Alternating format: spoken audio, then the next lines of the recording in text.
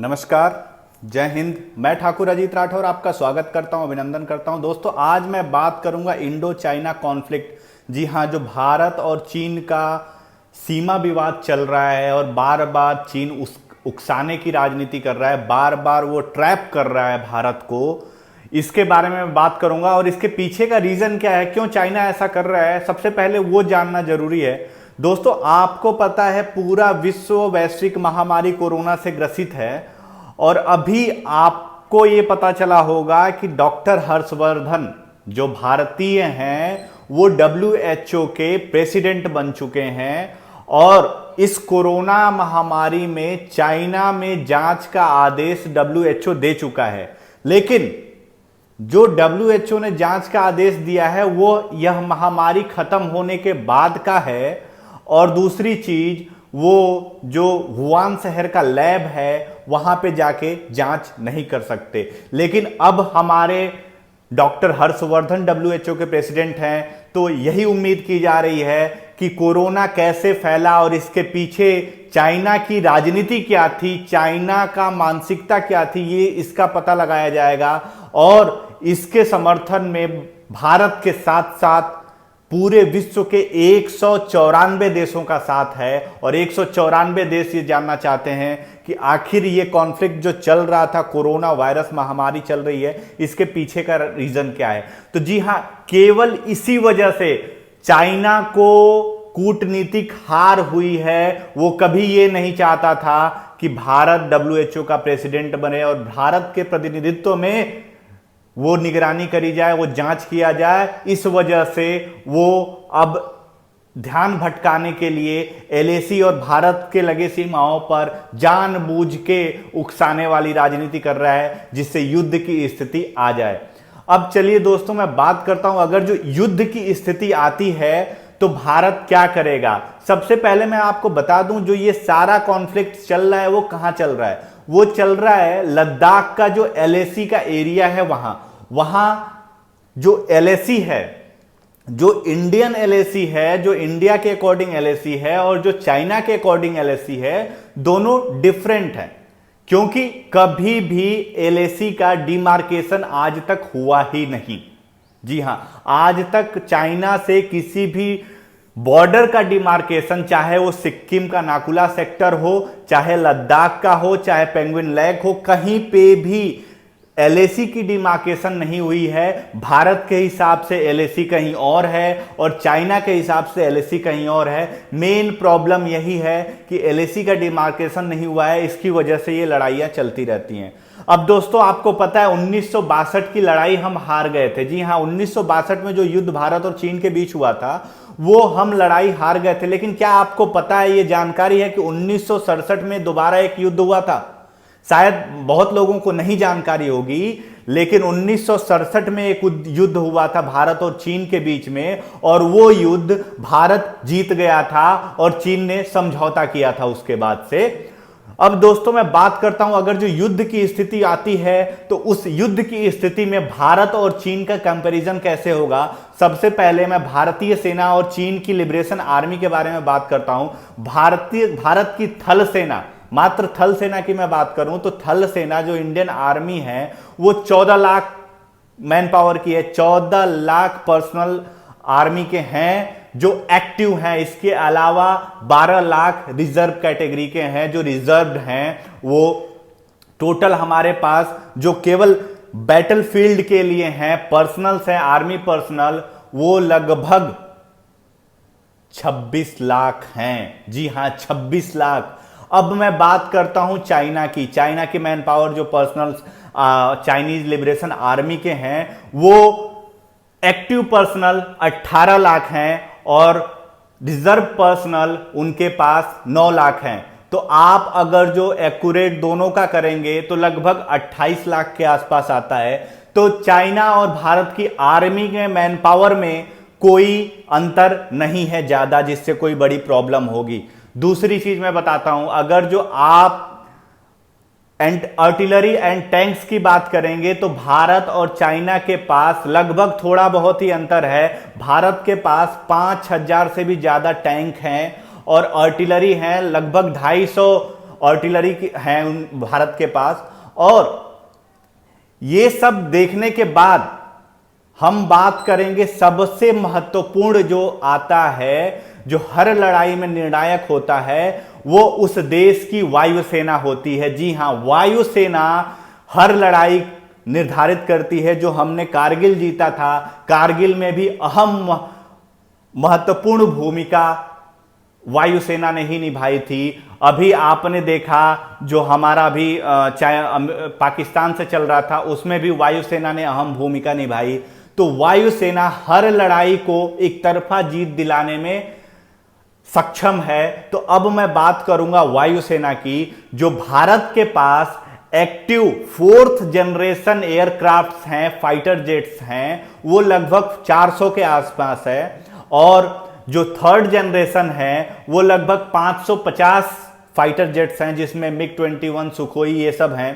तो टोटल हम करते हैं तो लगभग 900 के आसपास active fighter jets and aircraft carriers हैं जो भारत के पास हैं। वहीं मैं चाइना की बात करूं तो चाइना के पास एक्टिव 700 4th जनरेशन एयरक्राफ्ट्स हैं, फाइटर जेट्स हैं, और 800 3rd जनरेशन एयरक्राफ्ट्स हैं, फाइटर जेट्स हैं। अब मैं बात करूंगा इस लड़ाई में सबसे निर्णायक भूमिका किसकी होगी। अगर जो लड़ाई युद्ध होता है तो आपको पता है अभी भारत ने एक डील करी है राफेल की। जी हां, राफेल की। अभी हमारे पास 10 राफेल भारत में आ चुके हैं और भी आने के लिए हैं। 1 महीने के अंदर और भी हमारे पास डिलीवरी हो जाएगी। तो अब राफेल का जो युद्ध होगा वो चाइना के J-16 से होगा, जो सबसे उसका फाइटर जेट अच्छा माना जाता है, वो J-16 है। और J-16 से अगर जो डॉग फाइट होती है तो उसमें राफेल बहुत ही आसानी से जीत जाएगा, क्योंकि राफेल के पास लगभग 120 किलोमीटर के रेंज से पहले ही डिटरमाइन करने के लिए रडार सिस्टम है, और डायरेक्ट 400 किलोमीटर हिट करने के लिए उनके पास एंटी बैलिस्टिक मिसाइल्स भी होती हैं, जो J-16 में मात्र 250 किलोमीटर की हैं। जी हां, अब मैं बात करता हूं युद्ध। सबसे पहले युद्ध के हालात इतनी आसानी से नहीं आएंगे।